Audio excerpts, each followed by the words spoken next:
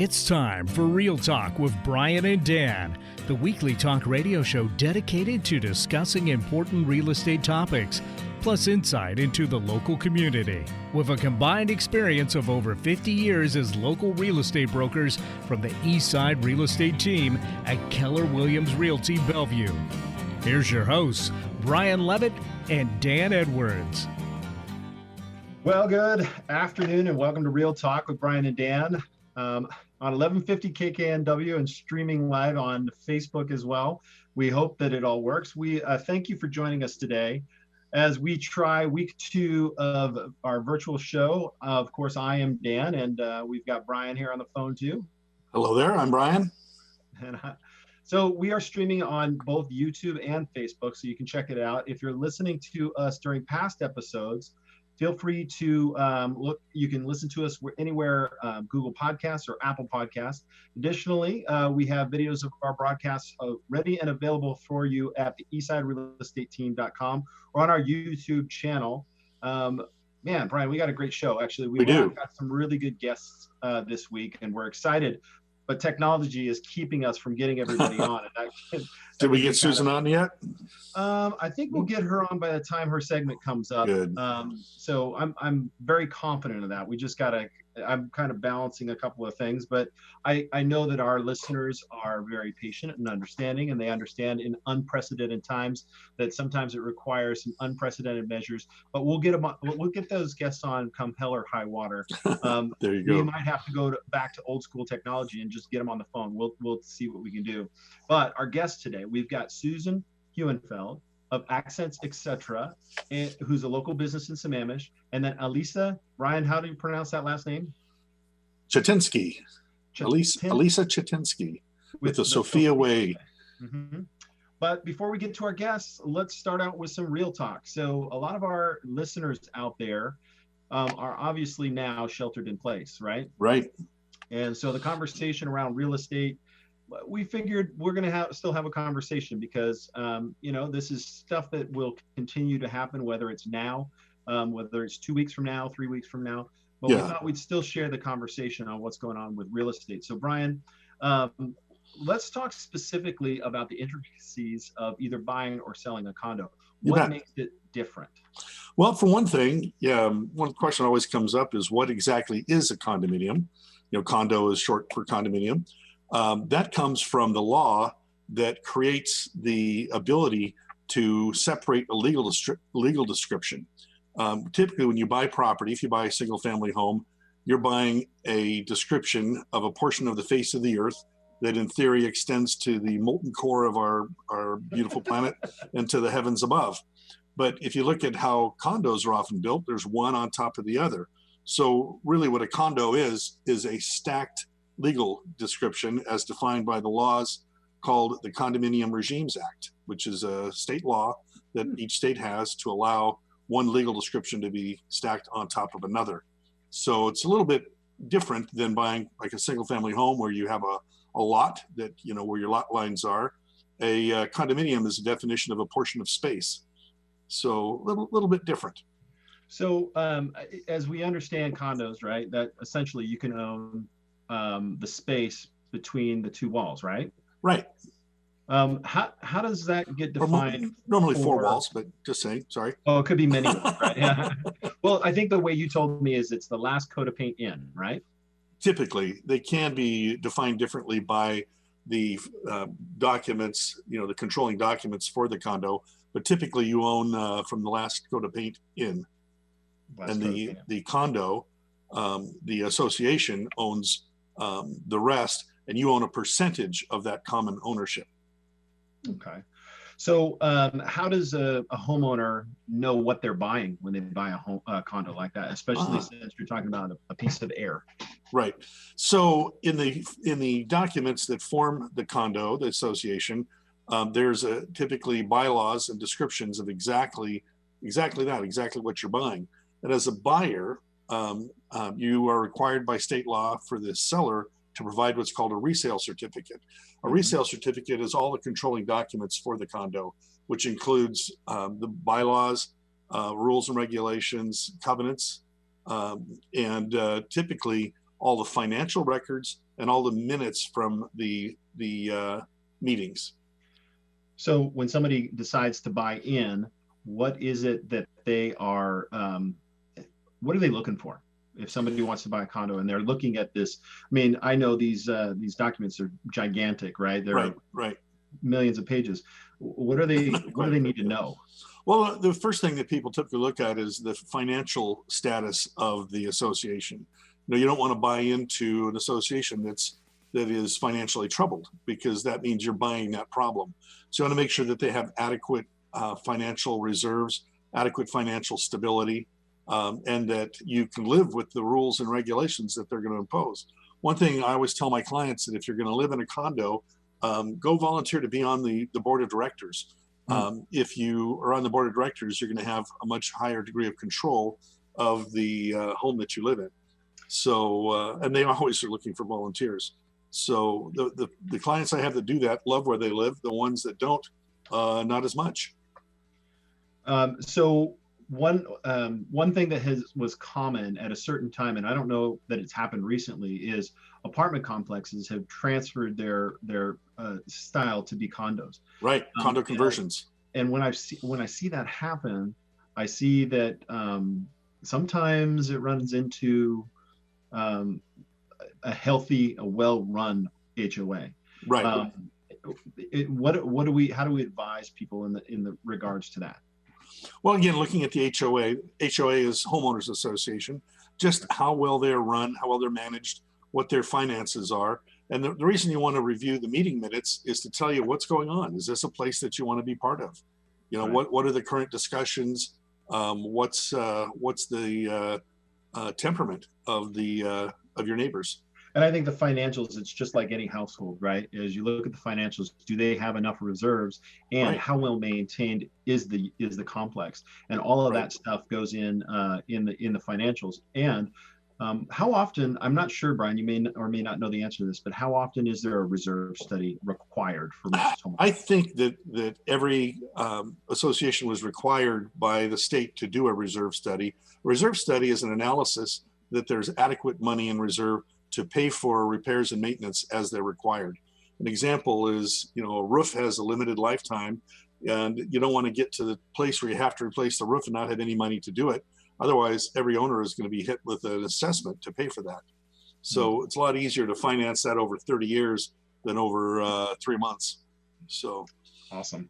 Yeah. Well, Brian, thank you for that conversation. And with that kind of concludes our time for Real Talk. If you have questions about buying or selling a condo and are interested in finding out more, you can reach Brian and I directly at 425-200-4093 or on our website at theeastsiderealestateteam.com. Thanks for listening. Coming up next, we'll be speaking to our lender for our Mortgage Moment segment. After this commercial break, we're going to hear from Peter. Another fancy. Zevenbergen, an experienced lender with Fairway Independent Mortgage Corporation. So come back after this short break for more Real Talk. Sounds good.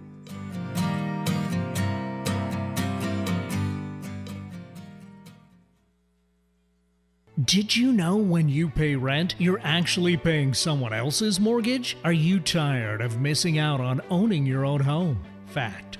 Homeowners on average have 40 times the financial net worth of renters. The Eastside Real Estate Team has been helping many first-time home buyers find and buy their first home. They specialize in customer service and put you first. They listen first to what you're looking for, and then they take the time to make sure their clients understand every aspect of the home buying process. If owning a home has been your dream, the Eastside Real Estate Team can help you. For a free, no-hassle consultation, call 425-200-4093 or find them online at the eastsiderealestateteam.com, a subsidiary of Keller Williams Realty in Bellevue. Tired of the same old conversations at networking events that never lead to new clients? BNI is changing the way the world does business by connecting you to strategic relationships that can help you grow your business. BNI is the world's largest networking organization, helping hundreds of thousands of members around the world each year increase revenue through relationship marketing. For information about visiting a BNI chapter near you, go to the BNI Northwest website at bninw.com. Alternative Talk 1150, the talk of the sound.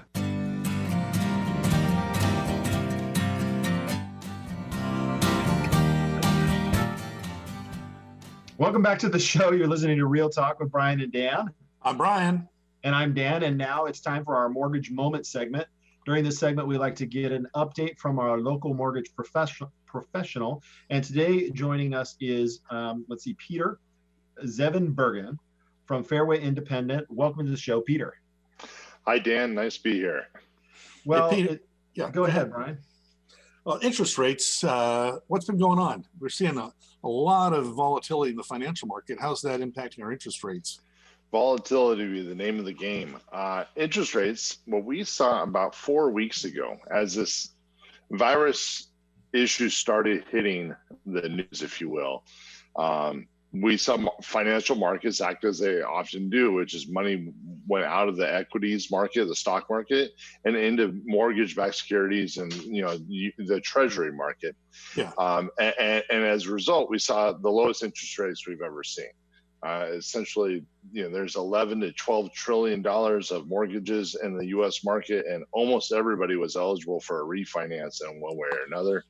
And as a result, lots of volume came into the lender system, both at Fairway locally and nationally, and national, every lender national. And since then, the lenders started adjusting and raising rates. There got to be a point where if you walked into a bank and said, "Hi, I'm here for a refinance," they would say, "We're not taking refinances today." And so that was kind of the initial, like, okay, we're going to pause just due to volume. There wasn't enough manpower to get the demand serviced. Since that time, as this virus has developed more, we've seen other cracks forming in the mortgage market or bigger markets in general. And this is where you've seen the Fed stepping in. When the Fed steps in and lowers rates like they have, and then this last Sunday, when they came out and said, we're doing unlimited quantitative easing, what that's really signaling is there's a liquidity issue. And we're seeing that within the marketplace. And so we're seeing different lender partners that we would sell loans to that we don't know if they're going to be here in the next few months. And so that causes some real unrest. No kidding. So then when you look at the volatility and all of that, is it a supply issue at this point? Is that the deal? Is that why rates have gone up where they're at?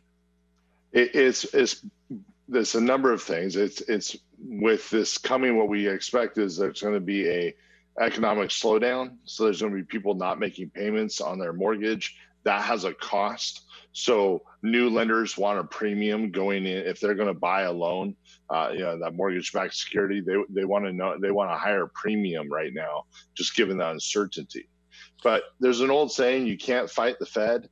And the Fed is actively looking at lower interest rates. And so I expect in time, we're going to see that. So I think the next question is, what do we do now going forward? And so we've seen if you've been pre-approved, I know there's some issues, I'm sure you guys will talk about them today with respect to what's happening where homes aren't being shown right now or is being massively limited.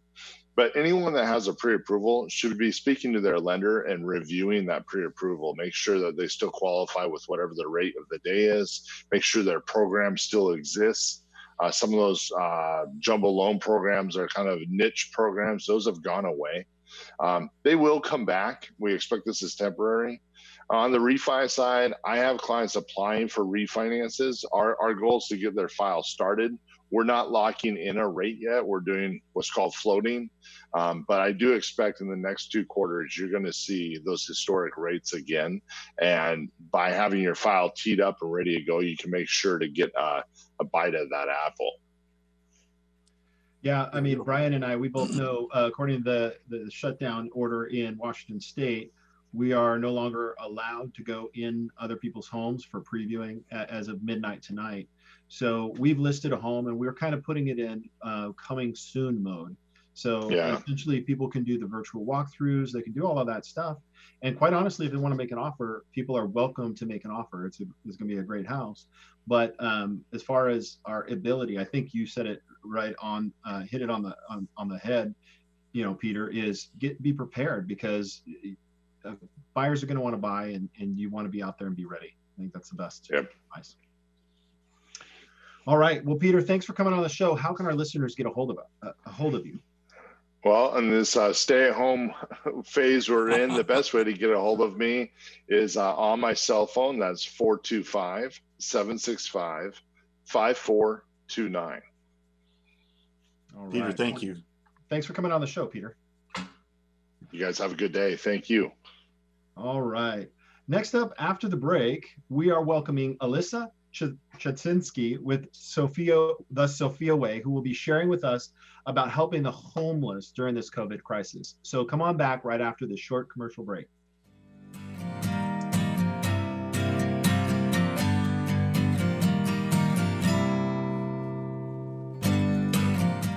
Not sure if now is the right time to sell? Worried you missed the market? The Eastside Real Estate Team specializes in helping homeowners maximize their equity when selling. With our proven premier listing service, our clients have sold their homes for more money in less time than the competition.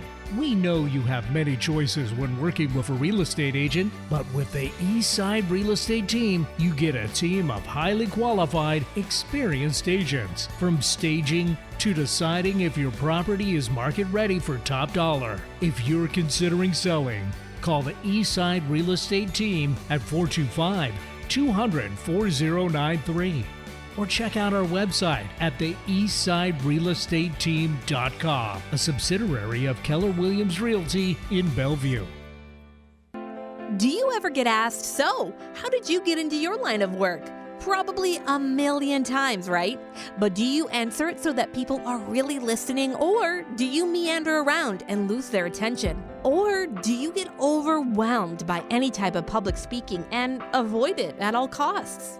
At Story Fruition, we teach business professionals, executives, entrepreneurs, and founders how to tell their stories really well. Story Fruition workshops and one-on-one coaching services guides you to discover those key moments when you realize, hey, I'm good at this. I need to keep going in this direction. Story Fruition teaches you how to craft your business story so that listeners are leaning into your words because you're so captivating. Storytelling skills will transform your life both professionally and personally. It's a new year and decade. Invest in yourself. Tell your stories and make them more compelling, and sign up for a Story Fruition storytelling workshop. Gain more customers, strengthen relationships, and magnetize the success you seek with improved communication and public speaking finesse. Contact Melissa Reeves at Story Fruition at 425-448-2772, or find us on Facebook at Story Fruition. Alternative Talk 1150.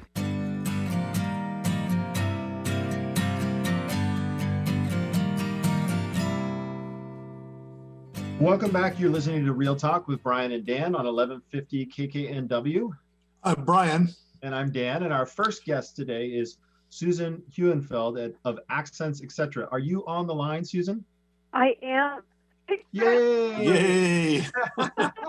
Technology. It's all good. It's all great good. when it works. Yeah, and I'm sorry it stressed you out. I know we were like sitting here banging away for 15 minutes beforehand.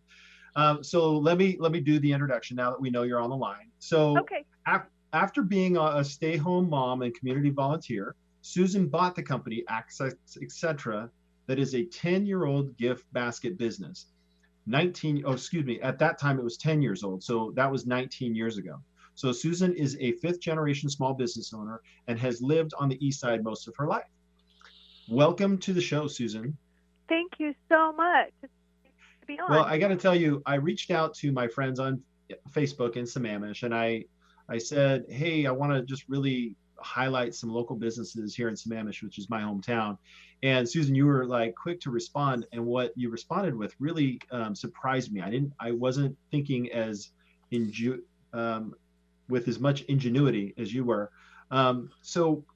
Before we get into your business, we got to get some fundamentals out of the way. We always like to share with ask our guests, kind of share a memory of the home you grew up in. So can you share a fond memory?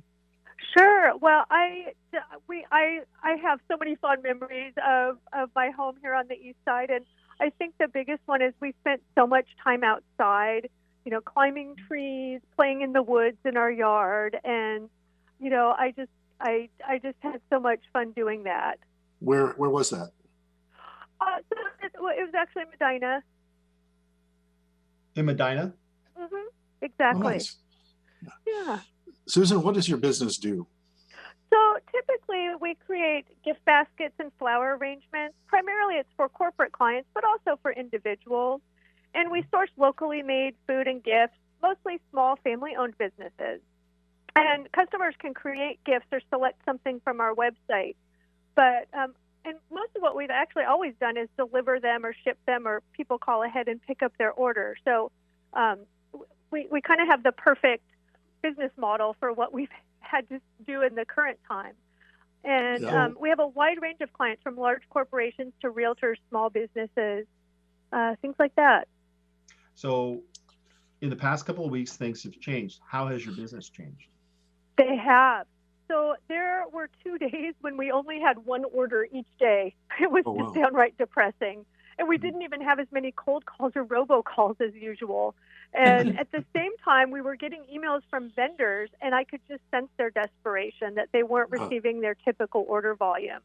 And then I turned on the news and was looking on social media and seeing that restaurants were closing because they were just afraid of what was going on. And then I saw Canlis becoming so creative and coming up with a way that they could feed people and keep their employees.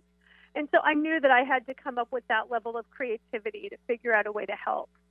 And so, I figured there's no real reason to reinvent the wheel if you don't need to. So I just kind of figured out a couple of tweaks that would, pretty much use what we already do, and then make it adapted to the current situation. So what are those tweaks? What have you changed? So really what we decided to do, instead of doing, gift cellophane, the big bow and everything, we basically are just using grocery bags and just putting together curated assortments of food. So, like, we have Snoqualmie Falls pancake mix, Fisher scone mix that you just add water to, and then with a fruit topping and jam and, simple soup mixes, things that people, might already have in their pantry or, would like to once they've tried them, so that they can make meals at home, spend some time with their family making fun meals, and that are easy to do. And then what we thought was that people were going to buy them for themselves. And what we've discovered so far is that a lot of people are buying them as gifts. And we've been inundated with corporate clients ordering stay-at-home or work-from-home care packages. That's really hit a big chord with people. Just, everybody's so hunkered down. Exactly. And so I used to be a preschool and kindergarten teacher. So one of the things that I'm doing is I created like an activity sheet of things that, aren't really screen related that you can do at home. So, having a scavenger hunt, or, doing a dance party, and then just coming up, making bubble art with soapy water that has food coloring in it. So try to come up with ways that people can really, spend some quality time at home and not get so stressed out by what's going on. So, Susan, when somebody orders something from you, you're including those kind of ideas in the package. Right. So we have a page that's in each one of those. And then if people do reorder, then we would, put a different sheet in there so that they would have some ideas of fun things to do. So exactly. So we have that in there, and then we're also, so and people can customize it. So they can look on our website, pick an existing gift, or they can call up and just completely customize what they want. So we've had that already, where somebody says, "Oh, I really like that idea, but the person has type 2 diabetes. What can we do?" And so we can completely customize it. So do you mind sharing with me a little bit more about your vendors? Are these what are the vendors? Where are they located? Right. So, Fran's Chocolate, Beecher's Cheese, La Panzanella, Partners, Tucker Cherry, Market Spice, Cafe Appassionato, Snoqualmie Falls Pancake Mix, Maury Island Farm, Makes the Jam, Alaska Smokehouse in Woodinville, Cougar Mountain Cookies, Pacific Dessert Company, Yukon Jackson Turtles, Fisher Stone Mix. I mean, it's a lot of names that a lot of Northwest people would recognize. These are local companies, right? Bob's, exactly, right. Everything's basically Washington State, and then we have some Oregon, like Bob's Oatmeal, but most of them are Washington, and some are Oregon, and a lot of just really small businesses. And so, nice. we need to keep them going too. So that was kind of one of the hard things was during the fourth quarter in 2019, we had two pretty significant vendors, Seattle Popcorn Company being one of them, that just closed with no notice.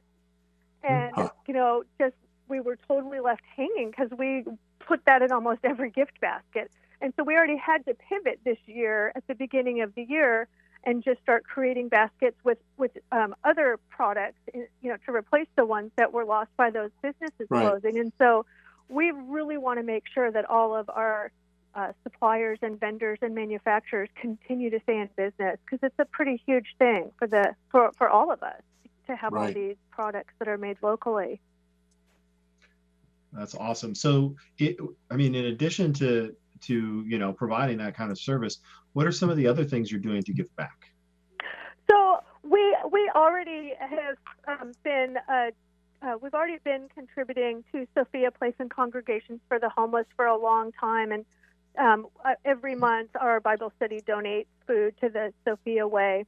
And so we dropped off a couple bags of groceries for them just earlier in the week, and then I'm going to continue to do that. And as well, I always want to have a component that's giving back to everything I do. And so we're donating 50% of all the sales that are occurring during this time period to Issaquah Food Bank and then HopeLink. We're just going to split that 15% to both of them because they can't take actual food donations right now. They can only take money, or there's a way you can go on their websites and be able to order stuff and have it delivered to them, like through Amazon or Safeway. But they're only taking basically money or direct from other main vendors. Yep. So we just thought this was a way to we've been a table sponsor at HopeLink for their Reaching Out luncheon for, I've lost track of how many years. It's more than 15. So, it's a real, to me, there's a huge need out there always, but this just takes it to a level that's just unprecedented.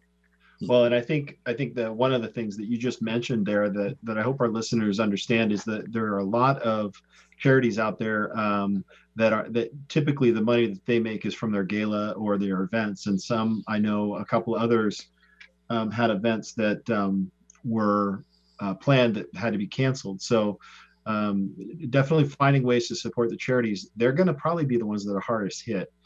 So that's awesome, Susan, that you're doing that. Oh, thanks. Well, I can only imagine what it would feel like to not have food and to be seeing everybody else in a panic, just hoarding stuff and not even having the money to do that. I mean, that just breaks my heart. Yes. That there are people going through that. And if you already are food insecure, to then have this current situation happening, I seriously cannot imagine how stressful that would be for a family. It just blows my mind. Right. So I'm glad to be able to do at least something to help. Yeah. Susan, what are some of the other options people can order? So really, our entire website right now is up, the whole store basically. We have lots of stuffed animals for kids. We have different craft type activities, paint your own porcelain tea set, or little where you can make wooden cars and paint them, different games, cards, coloring books. Do you have toilet paper? We only have a few rolls because we actually do have a corporate client who has us do move-in kits for people when they move in. You're serious? That's great. I know, but we only have a half a dozen rolls left of those. Well, my guess is you'll get a half a dozen orders right there. I know. So- I was like, oh man, too bad we didn't have a huge shipment of toilet paper before this. But we have That's right. yeah, we had one client at the holidays who accidentally, instead of sending us like a small case of hand sanitizer for a custom gift, the delivery service tried to drop off an entire pallet. Which now, in retrospect, I'm like, we should have used that. That's great. I love it. So, Susan, how can somebody pick up right now? How does this work? Right. So right now we're doing a completely no contact pickup and delivery. So we have set up a table outside right in our parking lot. There's a sign posted there with our cell phone number. Hopefully people have already either called us or ordered online or emailed us. And if you order online, in the order notes box, you can specify what date and time, approximate time you want to pick it up. And then our cell phone number's out there. You can text us to let us know we're there. We'll bring it out, set it on the table, step back, and then you can go pick it up. So that way it's just really safe. I'm concerned about people still going into supermarkets and interface, big groups of people going into shops, and you still could, interface with someone with it. So, we've hunkered down seriously since January, when I first had a friend post on Facebook that she lived in the neighborhood with the first person who came down with coronavirus here in Seattle. So we have been so hunkered down since January 20th. And so I am pretty certain that we have not been exposed to it. But we're still trying to just keep that social distance. Any products that we have that come in that are being delivered, we're quarantining them so that we make sure that if there is any of the virus on anything that comes in, that it dies out before we touch it. And so we're just being really overly cautious because we're just trying to keep everybody, including ourselves, protected.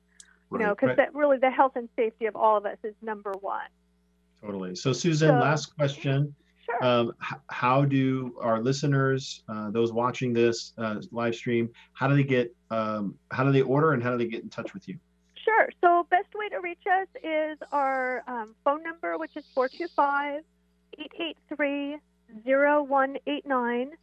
And our web address is ACCENTS.com, and then our email is gifts, GIFTS, at ACCENTS.com. Susan, thanks. We will have that posted along with this video so people can quickly and easily place their order. So what I think is really neat about this is, A, it's supporting a local company, B, that supports the local Washington company, and C, it's done in a way where maybe you can change up and have a little bit of a different dinner tonight or tomorrow, and you can send this to your family. So, Susan, thank you so much for joining us today. You're welcome. Thank you. Have a great day. Okay, so after the break, we're going to be welcoming Alisa with the Sophia Way, who will be sharing with us how to help the homeless during the COVID outbreak. Join us after this short commercial break.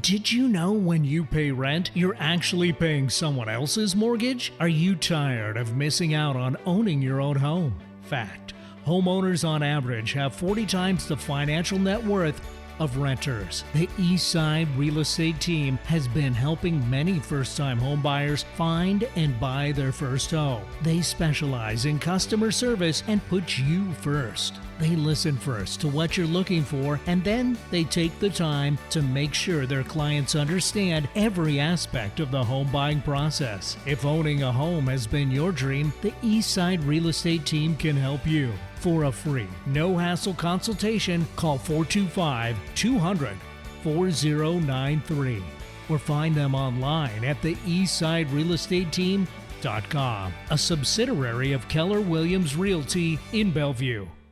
Are you or someone you know considering relocating and downsizing in the process? Is the prospect of sorting through a lifetime's worth of belongings just too overwhelming to contemplate? Michelle Green with Caring Transitions has helped families just like yours get through the process with as little stress as possible. Caring Transitions has been helping people downsize and relocate all over the country for almost 10 years. Call Michelle Green with Caring Transitions of Issaquah and Bellevue to start learning more about the help that's available to you for downsizing and relocating at 425-505-0968. There's no cost or obligation to start getting more information on how to make your move easy on you. Just call them again at 425-505-0968. They look forward to speaking with you. Tell your friends about Alternative Talk 1150. Welcome back to Real Talk with Brian and Dan on 1150 AM KKNW. I'm Brian. And I'm Dan. Our next guest is Alisa Chatinsky with the Sophia Way. Alisa moved to the Seattle area about 1 year ago to serve as interim executive director of the Sophia Way. With 30 years experience helping nonprofits, she brings her leadership and skills to help the Sophia Way reach its next stage of growth. After falling in love with the organization's mission and the Pacific Northwest, she decided to become the permanent executive director, bringing her passion to help those less fortunate. The Sophia Way is a private, not-for-profit organization that serves more than 1,100 women annually who are experiencing homelessness. Even with decades of nonprofit leadership, nothing prepared her for dealing with COVID-19 that struck our community this past month. Welcome to the show, Alisa. Thank you for having me. I really appreciate it. So we like to ask each guest as we get started here to share a fond memory of the home you grew up in. Well, I'm going to share something. I grew up in Minnesota, and I had a beautiful house up on a hill. And I absolutely loved it. It had a little flagstone front, and I remember playing in the backyard, playing tag and everything else that a child did. Years later, I bought my first house in Prescott, Arizona. And about 8 years later, I went back to Minnesota, and I realized when I pulled up to the house, I bought the exact same house. No way. It looked like this. It had the same flagstone front. It had, it was a knockoff. It had the same flagstone fireplace in it. Absolutely everything about it. Funny. So who knows, it's like you've got something in your subconscious. Well, actually, it's interesting. I watched a documentary that they were examining beauty. What do we see as beautiful? And one of the dominant characteristics was familiarity. And so there it was. That was beauty in the eye of the beholder. There you go. And the funny thing was I had no idea until years later when I went back to Minnesota and I went to look in front of my old house and I went, oh my gosh, I bought the same bought the same house. That's great. So tell us about the Sophia Way. Well, the Sophia Way has been around since about 2008. It all started when a woman that had attended a local church walked in one evening when the women were gathering and said, I don't have a place to sleep. And the other women in the church were stunned that, first of all, that this woman was homeless. She'd been coming to church regularly, and they all knew her. And secondly, they realized that there was no place for women on the East Side. So it really started as a grassroots organization. It started off with one church, and then another one got involved, and then a synagogue, and then a mosque, and it really started as that community of faith reaching out. And in 2012, we became a nonprofit organization, an official 501c3, and have continued to grow. And our programs have grown substantially over time. We now have, we serve about 1,200 women annually this past year. Unfortunately, I would love to see, fortunately and unfortunately. Right. Fortunately, we have a place for them. Unfortunately, there's 1,200 individuals experiencing homelessness, women experiencing homelessness on our East Side. So tell us about the women you serve. What's going on? It's interesting enough. The one thing that really shocks me, and I'm going to share with you, is that what we're experiencing, not only here in Seattle, but around the country, is called what we're calling the silver tsunami. And that is about 30% of the women that we're serving and people that we're serving around the country are homeless for the first time over the age of 55. Oh my gosh. Wow. And I swear, and when I share that with people, I said, it could be me. Yeah. It could be your mother. It could be your grandmother. I mean, when we stop and take a deep breath and you look back and you go, oh my gosh, there but the, Anyway, so there but the grace of God go I. So you really realize that people are stuck between a rock and a hard place. Substantially, when we see these older women, they've had savings in their life. They have Social Security income. And what happens is, as the rents rise, they continue to pay more and more rent, or they have more and more expenses or medical expenses. And then they eventually, their life savings dwindles down. Yeah. And they're left with an average Social Security payment of $735 a month. Tough to live on that. It's tough to even buy groceries on that. Yeah. So this is what happens. We have, unfortunately, disproportionately, we have more women of color. We have about 48% of the women that we serve are of color, which is a sad, sad thing. As far as the racial inequity goes in our community. We have about 38% of them are either emotionally or physically disabled in some way. So there's a lot of issues that are women are. But I'll tell you, the one thing that I find about them is that they're resilient, they're tough, and they're good people that just have fallen upon hard times. And I just say to people, it's like, it really could be any of us. 70% of Americans, and I think it's going to even change even worse, are one paycheck away from homelessness. So what are those myths around homelessness right now? Well, I think I kind of shared a little bit about that, is that people think that sometimes that that everybody's a drug addict, or everybody's an alcoholic, or they don't want to work. And that's just not true. A number of the women that live in our shelter actually do go to work every day. Unfortunately, as the East Side is a very expensive place, we have, I think the median income, or the income to survive over on the East Side is about $100,000 a year. Oh yeah.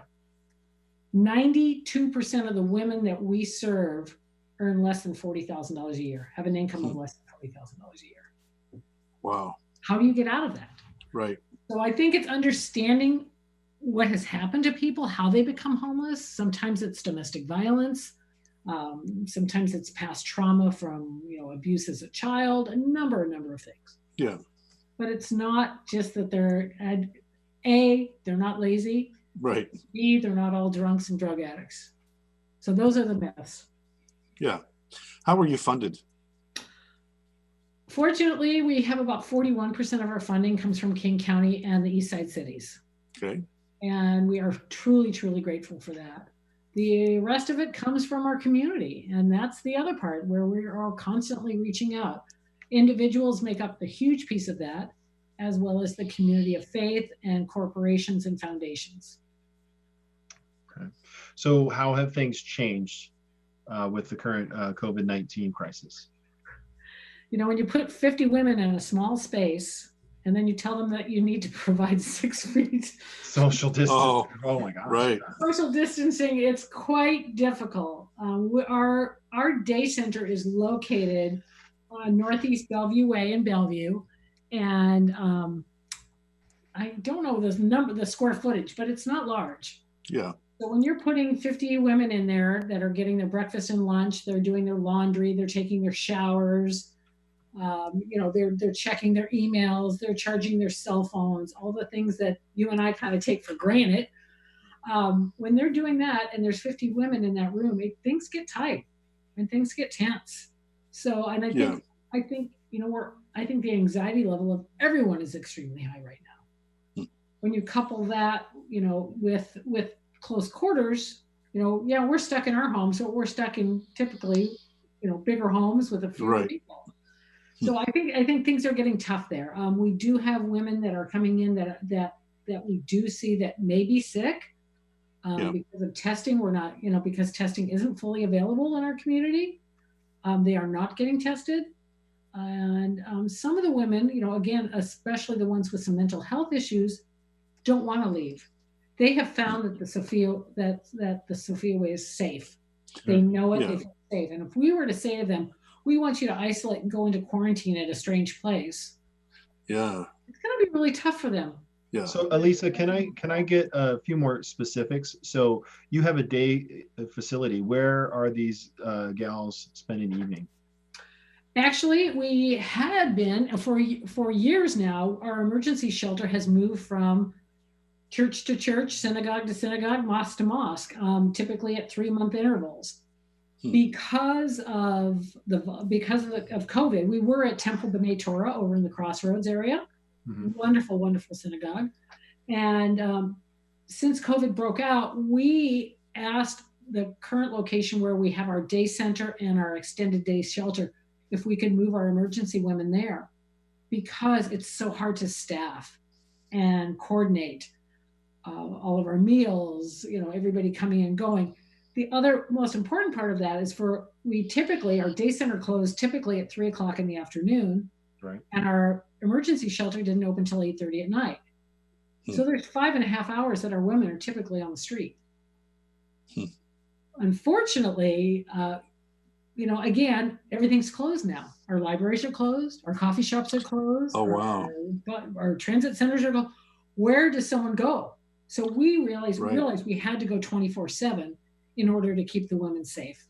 So that's what right you've now, done. Everything is co-located at our shelter on Bellevue Way. The good news is, in the future, within the next 6 months, we will be moving into a permanent shelter that will be our day center and emergency shelter over in Kirkland. Great. So how has the community responded to this in light of COVID-19? Unbelievably. We receive about 1/3 of our entire budget is given through in-kind donations. Last year, we served over 25,000 meals that were donated by our community. And I'm not talking about restaurants or anything like that. I'm talking about mom and pops. I'm talking about service clubs. We have some junior high kids, some church ladies, all different types of groups coming in and donating those meals. Well, with COVID, prior to this, they could come out, but a lot of people were scared to, and a lot of our donors are older, and now they really can't come out. So what we did is we started a campaign just over a week ago, saying, folks, we're going to need to buy food. We're going to be, and there's a lot more expenses. We figure our expenses are an additional about $20,000 a week. Wow. 24/7 with extra staff, with overtime, purchasing food, additional utilities, and everything else that goes into this. So that's a huge chunk of change. No kidding. But the community has responded with open hearts and open arms, helping any way that they can. We've been reaching out to restaurants saying, could you donate? Could you give us some food? Could we buy some food from you? And some of them would say, well, this would typically cost you, $2,000 or $3,000 a day, but sure, if you pay for the cost of our food, which should probably be $1,000, we'll give you the food for as much food as you need. Wow. For days and days. So how can our listeners help? They can give. That's really the most important thing at this point, because we do have an Amazon wish list, of course, because we need gloves, we need masks, we need the women need a lot of things, sports bras and leggings and socks and all the things that all of us take for granted.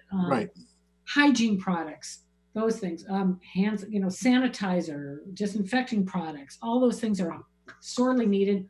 Most people can't just bring them. So what we're saying is, if you can, please order them.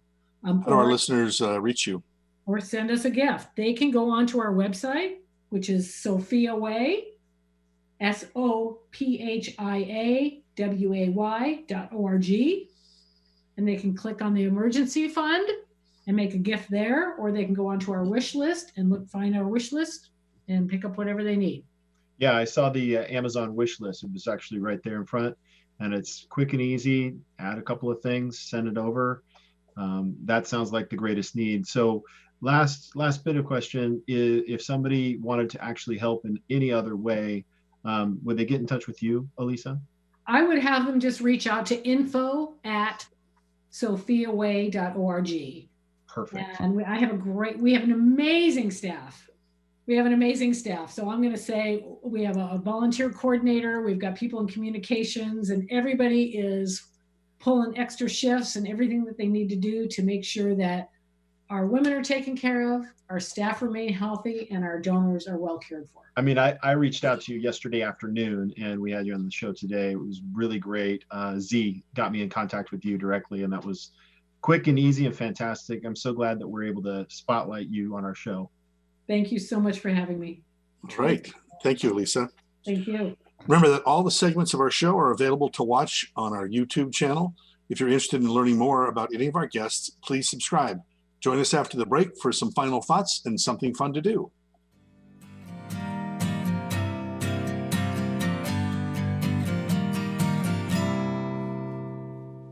Not sure if now is the right time to sell? Worried you missed the market? The Eastside Real Estate Team specializes in helping homeowners maximize their equity when selling.